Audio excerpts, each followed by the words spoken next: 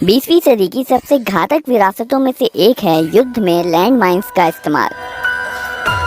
इन जमीन में दफन लैंड माइन्स को किसी योद्धा से लेकर वाहनों और टैंकों को नष्ट या निष्क्रिय करने के लिए डिज़ाइन किया जाता है, जिसे सतह के नीचे छुपा दिया जाता है और जब कोई व्यक्ति या वाहन इसके ऊपर दबाव डालता है या इसके नज़दीक से गुजरता है तो इसमें विस्फोट हो जाता है।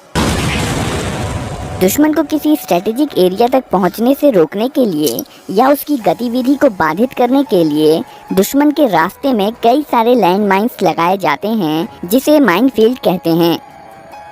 अक्सर माइन विस्फोटक बल, छोटे छोटे नुकीले टुकड़े या जहरीली गैस छोड़कर किसी को क्षति पहुंचाता है।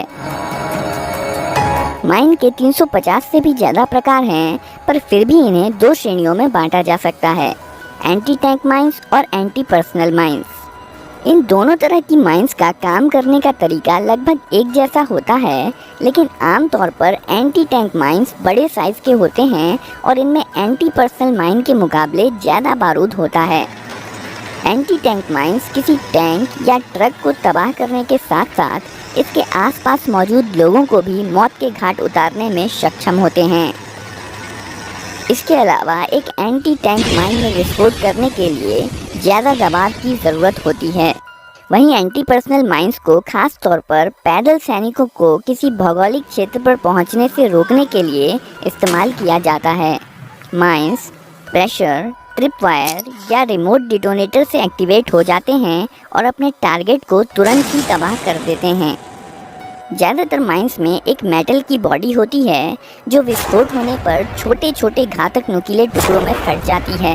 हालांकि कुछ माइंस में पहले से ही मेटल के टुकड़े और मेटल बॉल्स को डाल दिया जाता है। यह एक एंटी पर्सनल माइन M16 है, जो कि एक बाउंडिंग टाइप का माइन है। ये माइन दूसरे माइंस की तरह ज़मीन के नीचे नहीं फटता है, बल्कि फटने से पहले यह उछलकर हवा में लगभग 1 मीटर तक चला जाता है, ताकि ज़्यादा से ज़्यादा इलाके को क्षतिग्रस्त किया जा सके।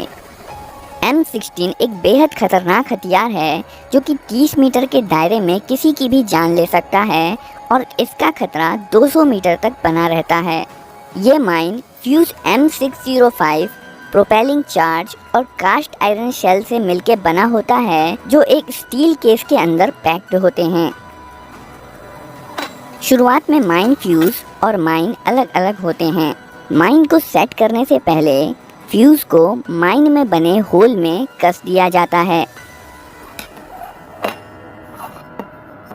फ्यूज़ के ऊपर 3 प्रेशर प्रॉन्ग्स होते हैं और इसके साइड में एक रिलीज पिन होती है।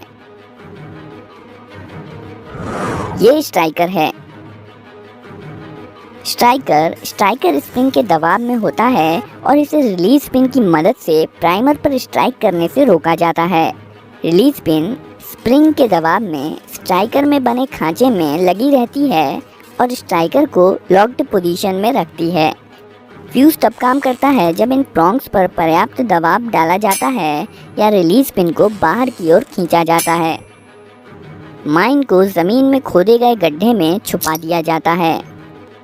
लैंड माइन को एक्टिवेट करने के लिए लॉकिंग सेफ्टी पिन और फिर पॉजिटिव सेफ्टी पिन को निकाल दिया जाता है। जब कोई तीनों में से किसी भी प्रॉन्ग पर कदम रखता है तो ट्रिगर, जो कि प्रेशर स्प्रिंग के दबाव में होता है, नीचे की ओर जाने लगता है।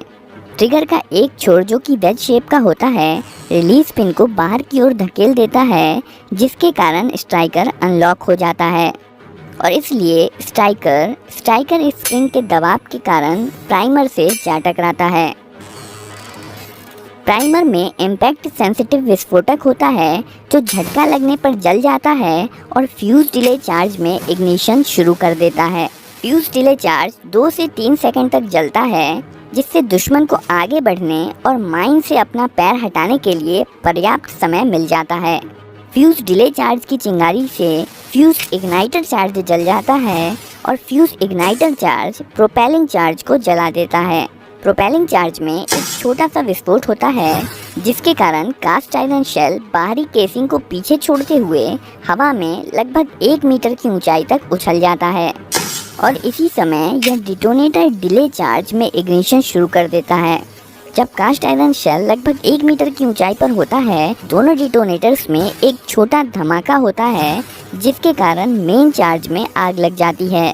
मेन चार्ज में आग लगने से बहुत सारी गर्म गैसें पैदा होती हैं, जिससे अचानक से प्रेशर बहुत बढ़ जाता है। कास्ट आयरन शेल इस प्रेशर को सहन नहीं कर पाता है और अनेकों छोटे छोटे टुकड़ों में फट जाता है। यह तेज गति से गुजरते हुए छोटे छोटे लोहे के टुकड़े ही किसी के जख्मी होने का या मौत का कारण बनते हैं।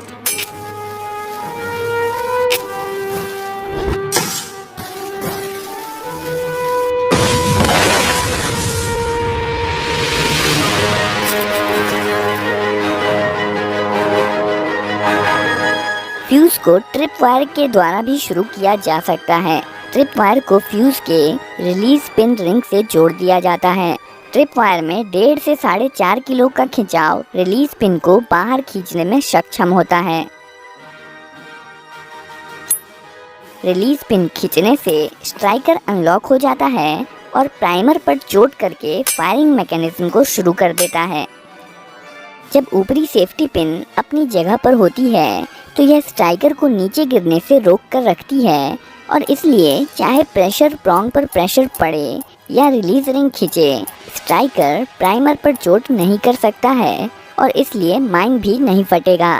फ्यूज के साइड में एक और सेफ्टी पिन होती है जो रिलीज पिन को अपनी जगह पर बनाए रखती है और स्ट्राइकर को अनलॉक होने से रोक कर रखती है। किसी युद्ध के खात्मे